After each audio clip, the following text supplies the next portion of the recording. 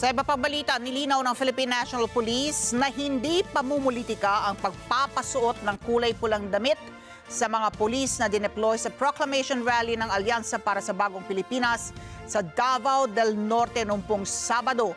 Bahagi umano ito ng security plan ng PNP na dati nang ginagawa sa mga kahalintulad na aktibidad. Detalye sa live report ni Mar Gabriel. Mar? Ali, tinawag na malisyoso ng PNP yung pagpapakalat sa memorandum para sa mga pulis na i-deploy at nagbigay ng seguridad doon sa isinagawang campaign rally ng senatorial slate ng administrasyon. Ayon sa PNP, nananatili silang non-partisan at apolitical. Kumalat sa social media nitong weekend ang kopya ng memorandum ng Police Regional Office 11 para sa mga pulis na i-deploy sa proclamation rally ng Alyansa para sa Bagong Pilipinas sa Davao del Sur noong Sabado. Base sa memo, inaatasan ng mga pulis na wag nang magbitbit ng baril at kailangan nilang magsuot ng kulay pulang damit gaya ng suot ng mga sasama sa aktibidad. Sa post ni Attorney Israelito Torion, sinabi niya na tila ginagawang rallyista ang mga pulis para makadagdag sa mga dadalo sa rally. Pero paliwanag ng PNP, walang halong pamumulitika ang utos na magsuot ng pulang damit ang mga pulis. Bahagi daw ito ng kanilang standard security measure.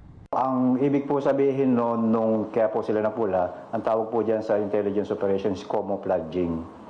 Yung po makikimerge ka, makikamouflage ka doon sa environment para hindi ka po mapansin. Sapagkat kung nakapula sila halimbawa at ikaw magsuot ng ibang kulay, halatang halata ka po na hindi ka kagrupo doon sa mga umaattend na activity na po yan.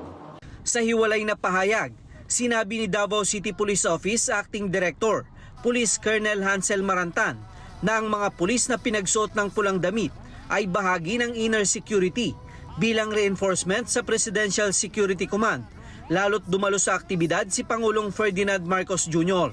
Paliwanag ng PNP, karaniwan ang ginagawa ang pagde-deploy ng mga pulis na naka-civilian clothes sa malalaking aktibidad. Lahat po ng activity, including regular rallies, na hindi po involved ng kahit sinong politika, lagi po dyan may mga interoperatives po tayo na nakacamouflage. Kung matatandaan niyo sa mga balita noon, may mga pulis pa po tayo o sundalo na nahuhuli, na nabubugbog kapag nakita nila o nalaman nila o naamoy nila na miyembro ito ng AAP o ng PNP. Muli ring iginit ng PNP na nananatiling apolitikal at non-partisan ang kanilang hanay. Base sa direktiba ni PNP Chief General Romel Francisco Marbil, ang sinumang makikisawsaw sa politika ay mahaharap sa mabigat na parusa. Na ang bawat miyembro ng PNP ay magiging apolitikal. Matindi ang magiging parusa. Ang unang-una po ay habang iniimbestigahan yung non-promotion at pangalawa po yung dismissal from the service. Matindi po yung mga kaparusahan na yan, lalong ikaw ay isang career officer o career, kahit na ikaw ay non-officer ka po. Yan ay matinding kaparusahan na ikaw ay hindi ma-promote at kasunod po nun yung dismissal from the service po.